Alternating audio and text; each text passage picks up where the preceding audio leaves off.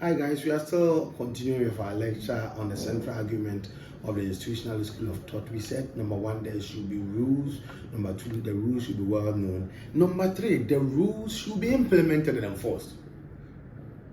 Implementation of rules, allowing the rules to be implemented, has become a serious problem, or is a serious problem in many developing countries. We have all the rules. We may not know them, but even when it comes to implementation, it's difficult. We have all the rules, but we don't enforce them. They are prepared, kept on the shelves, and allowed to gather dust. If you want to know continents and countries that have all the rules but do not enforce them, you come to developing countries of Africa. And in Ghana, there are so many rules. Sometimes people say that, well, if you want to enforce the rules, then nobody would be fit to exist. I know that once upon a time, the chairman of our electoral commission, Ghana, said that there are so many regulations and rules governing the management and the existence of political parties, and that he had decided to go slow as far as implementation of those rules was concerned, because if he meant to implement them, then even the two major political parties may not be able to exist. But the point is that if you don't enforce the rules, you don't get the serious political parties, being formed and thriving. And so the point is that in developing countries, we cannot talk about strengthening institutions if the rules are there and we don't enforce.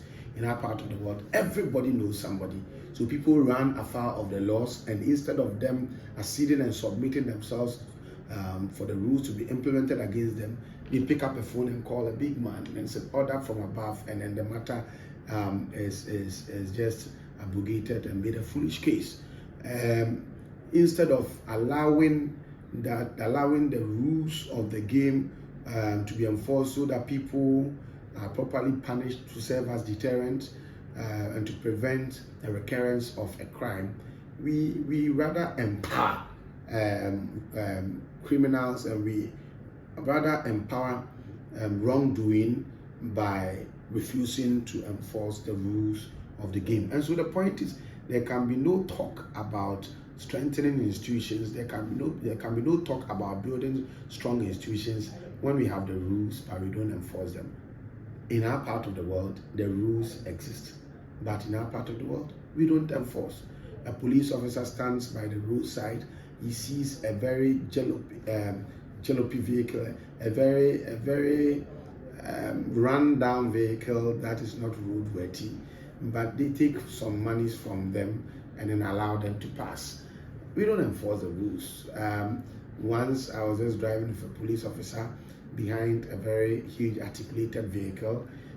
All the tail lights were off. We just drove past a police checkpoint, and then I had to ask the police officer, so why didn't you stop and go around the vehicle to know that the vehicle had no tail lights? If your tail lights are not working, so people can run into your vehicle. I had to question them, and they didn't have any meaningful response to the rules are not enforced because people are used to, we know ourselves, we have relations, informal relations with ourselves, and all that. Sometimes people also want to take bribing, so to circumvent or to pervert the course of justice. These do not help our quest to strengthen or to build strong institutions. And so for us to have strong institutions, we must have the rules of the game rigidly being enforced. Thank you.